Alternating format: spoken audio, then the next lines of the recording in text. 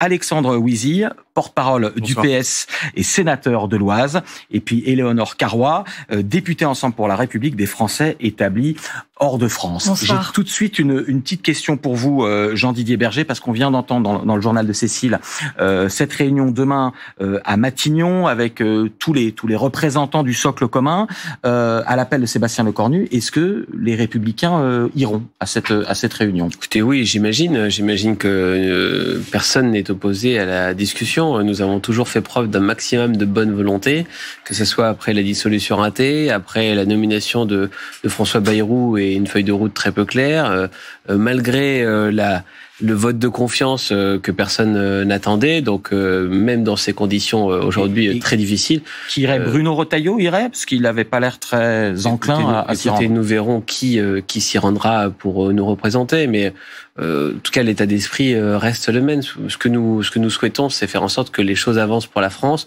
On a montré qu'on faisait nos meilleurs efforts pour ça. Après, à l'impossible, nul n'est tenu. Alors justement, on va ouvrir le débat en allant quand même sur le terrain, sur les trottoirs et dans les rues de France. On va écouter la parole des Français. Ça a été enregistré aujourd'hui à Lyon. Vous allez entendre ces Lyonnais qui, pour la plupart, sont inquiets de ce qui s'est joué aujourd'hui. Et puis, vous allez leur répondre. On les écoute et on en débat juste après. Je suis outré par la situation. En 14h26, le gouvernement aura duré. Et je trouve que c'est un peu... c'est pas normal, c'est pour des politiques qui pensent, qui représentent le sérieux. On est un peu dégoûtés. On est un peu dégoûtés et on s'intéresse de moins en moins à ce qui se passe parce que voilà, il n'y a pas de solution qui semble convenir et on ne sait pas du tout ce que ça va donner. C'est vraiment la cour de récré. C'est hyper fatigant. On a besoin de stabilité, vraiment. Il nous faut quelque chose de carré, quoi, et qui tienne. Je suis déçue parce que c'est des gens intelligents. Et pourtant, ils nous ont prouvé qu'ils ne sont pas tant que ça. Tous. Moi, je les mets tous.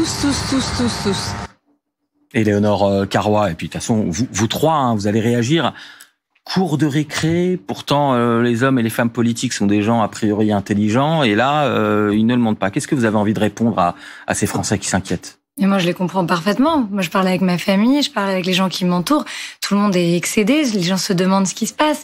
Et quelque part, c'est normal, c'est une situation comme on n'a jamais vécu et on comprend pas les enchaînements des différentes séquences. Je remonterai à la dissolution et même avant, lorsqu'il y avait une majorité relative. Ce qu'il y a aujourd'hui, c'est que je pense qu'il est un peu stérile de chercher les responsabilités. Moi, je pourrais en trouver partout dans les oppositions, dans le socle commun. On pourrait faire notre mea culpa. Je pense que c'est pas ça qui intéresse. Et ce qui nous demande, ce que moi j'entends dans ces propos que vous avez recueillis, c'est mettez-vous au travail et allez-y ensemble. Et c'est ce qu'on propose au sein de mon groupe depuis le début, parce que on est en soutien de chacun des premiers ministres qui a été nommé. On a toujours dit qu'on comprenait et qu'on acceptait, mais d'entrée de jeu, que ça ne serait pas notre programme qui serait appliqué.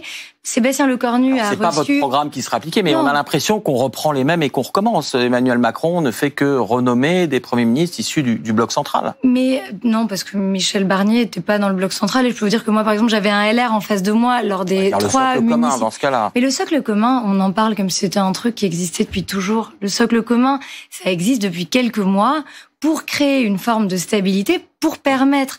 À l'époque, c'était à François Bayrou, d'avancer, de proposer, de faire adopter un certain nombre de textes. Moi, je suis heureuse que ce socle commun, ou on peut l'appeler comme on veut, ait existé. Mais ce qui est important aujourd'hui, c'est qu'on arrive à trouver une majorité de députés à l'Assemblée nationale, en incluant notamment les socialistes ou d'autres groupes politiques qui sont prêts à accepter que c'est pas leur programme et que leur programme qui serait mis en avant, et qui sont prêts à trouver des points de convergence dans l'intérêt des Françaises et des Français.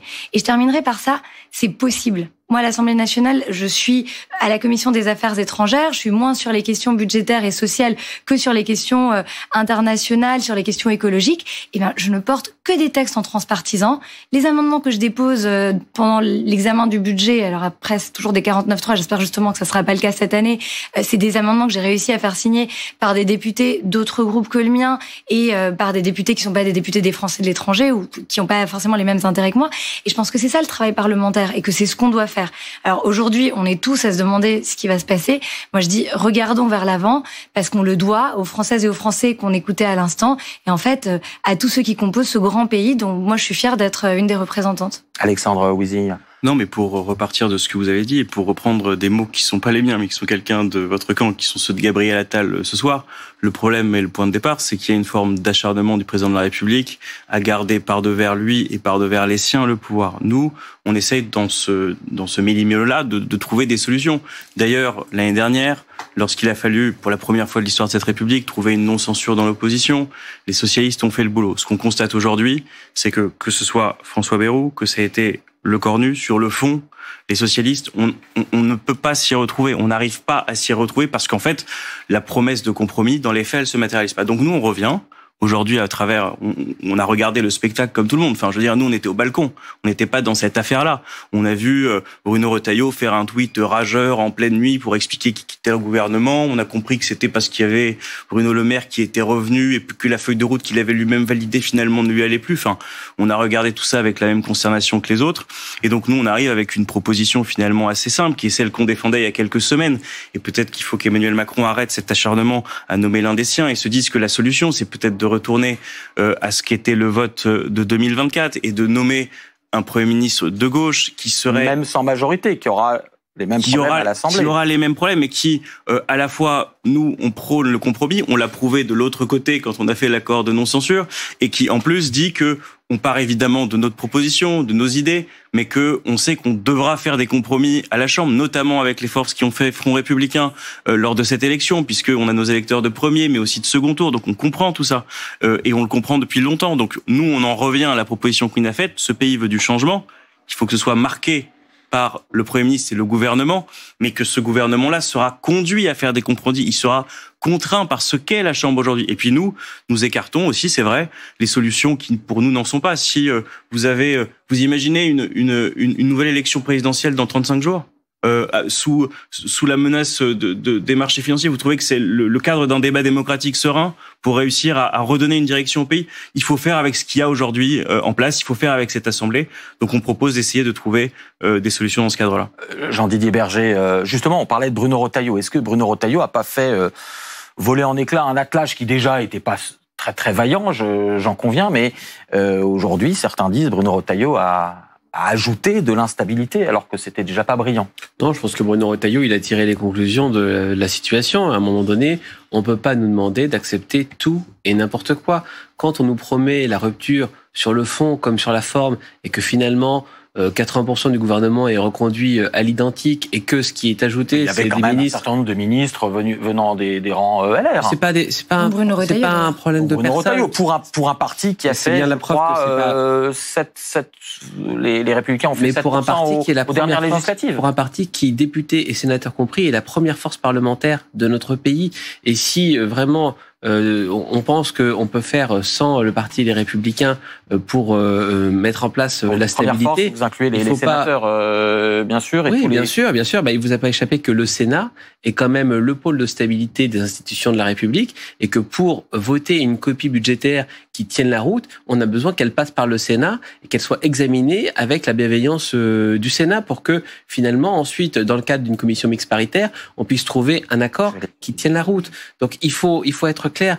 Nous avons une responsabilité, c'est de donner de la stabilité à la France, mais aussi de préparer la grande alternance de 2027. Parce qu'une fois que le macronisme sera terminé, si on ne veut pas des extrêmes, qui il reste dans la place politique pour faire le job? Eh bien, c'est les Républicains. Donc nous pouvons accepter de faire des très gros efforts. Les Républicains auraient une majorité en 2027? Oui, je crois. Question que je pourrais poser à tous les partis d'ailleurs. Je pense que si vous voulez, moi je pense à tous les électeurs qui un jour ont voté pour Emmanuel Macron et ont toujours refusé les extrêmes. Une fois qu'il n'y a plus Emmanuel Macron, qui reste de sérieux pour faire le travail, pour faire en sorte que la République fonctionne? Si on est venu nous chercher avec Michel Barnier il y a un an, c'est pas par hasard. Si aujourd'hui on nous demande de continuer à faire nos meilleurs efforts pour trouver des solutions, ça n'est pas par hasard. Mais qu'on fasse nos meilleurs efforts, c'est une chose. Qu'on nous demande d'accepter tout et n'importe quoi au prix d'une dilution dans le macronisme, ça c'est inacceptable pour nous. C'est la raison pour laquelle même avec une feuille de route imparfaite, on était prêt encore à faire l'effort de participer, mais dans un gouvernement qu'on nous avait annoncé comme un gouvernement de rupture. Et quand on voit la composition, je pense que tous les Français l'ont vu.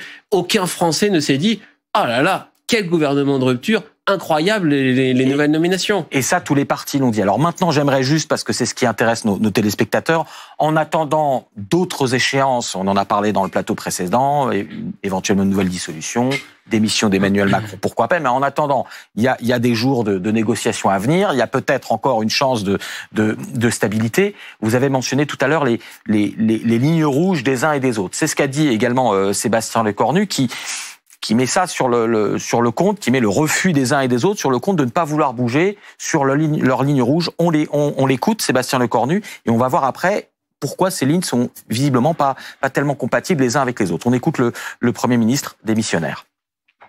Il y a beaucoup de lignes rouges dans la bouche de beaucoup, en tout cas de certains, pas de tous. Il y a rarement des lignes vertes. Alors, il y a rarement des lignes vertes. Je vais aller retrouver au hub Yann Effelé. Bonsoir Yann. Bonsoir, justement, alors, quelles sont les lignes rouges des uns et des autres ? Mais il n'a pas tort, on en a entendu une belle liste de lignes rouges. Je vous propose de les explorer partie par partie. D'abord, celle du Rassemblement national. Marine Le Pen, elle voulait qu'il y ait dans le discours de politique générale du Premier ministre la lutte contre l'immigration. Alors, j'ai pas besoin de vous expliquer ce qu'en pense la gauche de cette priorité. Également, la lutte contre les fraudes. Là, c'est plus consensuel. La fraude sociale, la fraude fiscale. Elle voulait une baisse de la contribution française au budget de l'Union européenne. Alors ça, c'était le seul parti à porter cette ligne rouge. En revanche, elle ne voulait pas demander d'efforts aux retraités. Il n'était pas question d'un gel des pensions. Également, elle ne voulait pas de franchise médicale, de toucher à la franchise médicale pour l'augmenter. Autrement dit, pas plus de reste à charge lors du remboursement des médicaments. Regardez bien les deux dernières lignes rouges parce que c'est intéressant. On va les retrouver dans celle du Parti socialiste. Pas de gel des pensions de retraite, pas question pour Olivier Faure. Également, on ne touche pas aux franchises médicales. Ce que rajoute Olivier Faure, c'est que lui, il voulait absolument une taxe sur le patrimoine des plus riches. Vous savez, la fameuse taxe Zuckman dont on a beaucoup parlé. Il voulait également une suspension de la réforme des retraites, revenir à un départ à la retraite à 62 ans. Et puis, une dernière ligne rouge, pas touche au 49.3. Et alors là, ça tombe bien puisque Sébastien Lecornu avait justement précisé qu'il ne comptait pas l'utiliser. Alors, et Yann, les Républicains, cette fois-ci, les LR, quelles étaient est-ce qu'ils avaient des exigences en propre même ? Oui, alors, bien qu'ils soient dans le socle commun, eux aussi avaient des exigences. Ils voulaient que l'effort, vous savez qu'on a un déficit important, ils voulaient que l'effort, il pèse sur la baisse de la dépense publique et non pas sur des hausses d'impôts. Alors là, vous avez une incompatibilité avec le projet des socialistes, notamment qui voulaient un impôt sur le patrimoine et puis également pas touche à la réforme des retraites. Là également, vous l'avez compris, ça ne fonctionne pas avec la ligne rouge des socialistes. Merci beaucoup Yann. Je vais retourner voir nos invités, nos hommes et femmes politiques. Alors, je vais vous demander à tous les trois, effectivement, on vient de le voir, des lignes rouges qui, bien sûr, ne sont pas les mêmes pour les uns et pour les autres. Est-ce qu'il est encore possible dans un gouvernement, alors est-ce qu'on l'appellera union nationale, est-ce qu'on l'appellera de coalition large ou de consensus minimal, est-ce qu'il est possible de trouver, au cas par cas, des accords ? Alors, on voyait la réforme des retraites, par exemple, le PS et le Rassemblement national pourraient s'entendre dessus. Non mais même si vous n'êtes pas des groupes, évidemment, amis. Plusieurs choses. D'abord, nous n'avons jamais dit que nous étions candidats à un espèce de gouvernement d'indifférenciation nationale. C'est pas ça que nous disons. Nous disons que chacun... Candidat à Matignon avec un gouvernement de gauche, mais qui irait chercher des majorités à la Chambre et des compromis à la Chambre. Donc nous sommes rentrés dans la discussion avec le Premier ministre, non pas avec des lignes rouges comme vous le dites, nous sommes rentrés avec un contre-budget. Donc nous avons travaillé sérieusement, nous avons dit ce qui était important pour nous, nous avons dit que le rythme de réduction des déficits était trop rapide, qu'il allait casser la croissance, l'économie, faire remonter le chomage. Donc nous avons proposé une autre trajectoire. Nous avons dit que ce qui abîmait le moins l'économie et ce qui était le plus juste socialement, c'est d'avoir une imposition sur les hauts patrimoines et aller sur les niches fiscales des entreprises qui sont les moins productives, parce que c'est ça aussi qui est considéré comme le moins coûteux, et nous avons introduit une mesure de pouvoir d'achat. À la fin des consultations avec Monsieur Lecornu, nous avions obtenu un point de méthode. C'est vrai, il faut le reconnaître, c'était l'abandon du 49.3. Pour le reste, il n'y a rien. Et entendez-moi bien, et je regrette de le dire, au point où on en est avec Monsieur Cornu, il n'y a rien des propositions du Parti socialiste. Parce que justement, c'est votre ligne rouge, par exemple, aller taxer les plus hauts patrimoines. Mais dans ce cas-là, les LR et peut-être ensemble ne sera pas d'accord. Donc là, vous n'aurez pas de majorité. Entre tout et rien, vous êtes d'accord qu'il y a tout un monde. Là, il n'y a rien. Mais c'est surtout que Ce qui compte, c'est la méthode, et vous venez de le reconnaître en disant qu'il abandonnait le 49.3 et qu'il était dans le moment le plus parlementaire de la Ve République. Il nous disait, voilà, moi je vous propose une copie de départ, que d'ailleurs personne n'a vue. Tout le monde a dit c'est inadmissible et LR ont dit ça ne nous va pas. Mais cette copie de départ, ce budget, personne ne l'a reçu, ni a eu le temps de l'examiner. Mais ce que Sébastien Lecornu a dit très clairement dans une interview dans Le Parisien, lors de son allocution et dans toutes ses prises de parole, c'est « moi je vous propose un départ et vous allez, vous, à l'Assemblée nationale, travailler dessus, débattre et l'amender. » On a vu les lignes rouges et ça peut peut-être préoccuper les Français qui nous regardent aujourd'hui. Mais en réalité, comme vous le dites, il y a des endroits où ça converge. Et à l'Assemblée nationale, on est là, on s'écoute, on parle, on dépose des amendements et puis on peut changer d'avis aussi, ou alors on change pas d'avis, mais on peut voter les amendements d'un autre. On a l'impression qu'il n'y a pas beaucoup de points de convergence possibles. Mais regardez, on parle de quelques points précis. Un budget, c'est vraiment ligne par ligne. C'est des thèmes capitaux. Mais vous savez pourquoi c'est important? Les retraites, la taxation. Ce qu'on dit là, pardon, si vous me permettez, c'est on est en train de parler de symboles et on est en train de les opposer à la réalité de l'adoption d'un budget. Moi, je vous dis pas que j'allais être d'accord avec les LR. Je suis pas d'accord avec eux sur plein de points.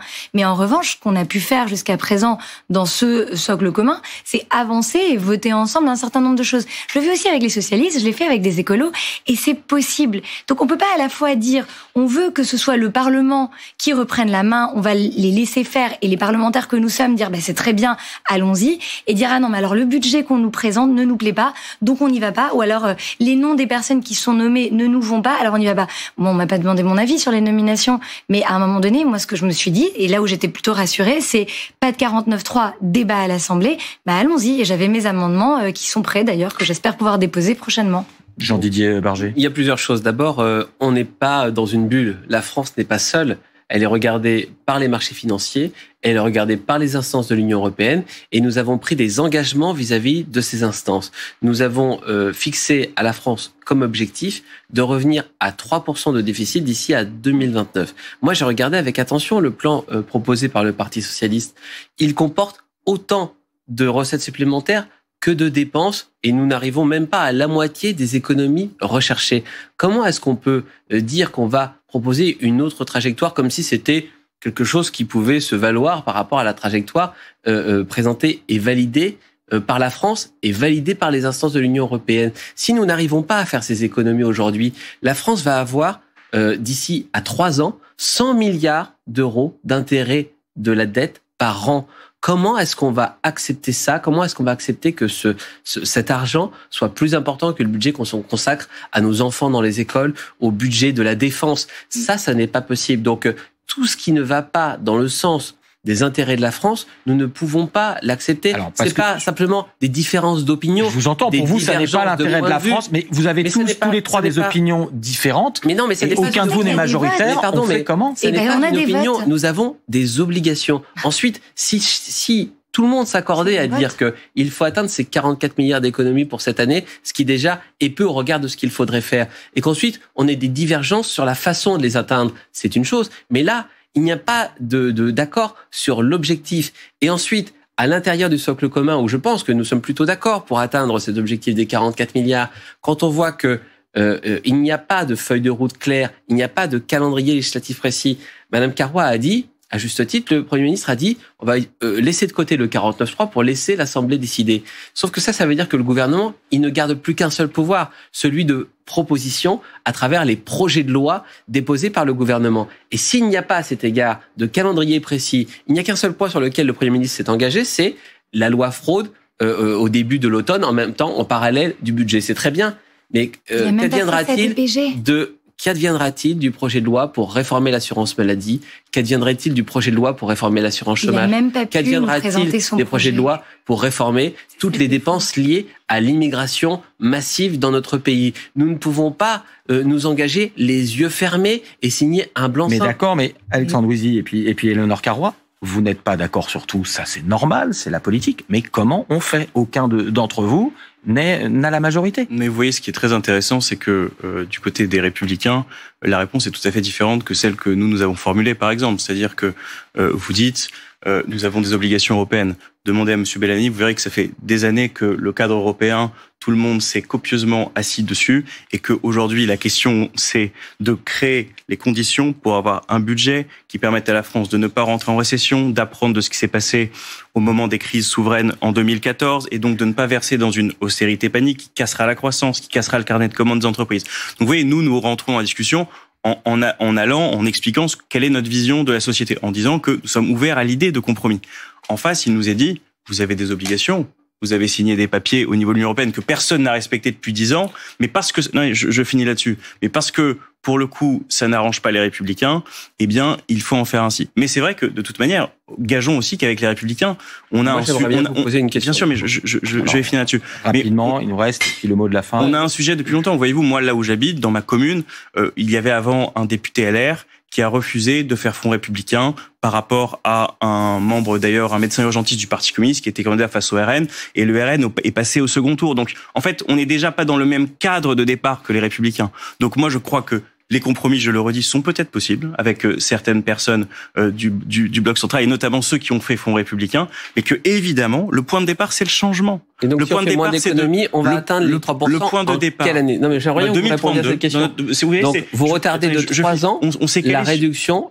Non, on l'étale de 3 ans. Ouais, vous l'étalez de 3 ans. C'est le scénario de l'OFCE qui n'est pas une. Oui, mais ça dépend. Juste pour le dire. Non, ça les Français comprennent, mais en attendant. Quand les taux d'intérêt vont augmenter, vous serez là pour dire aux Français. En fait, c'est pas les taux d'intérêt augmenteront s'il y a plus de croissance dans le pays, s'il y a du chômage dans le pays, si les taux d'intérêt.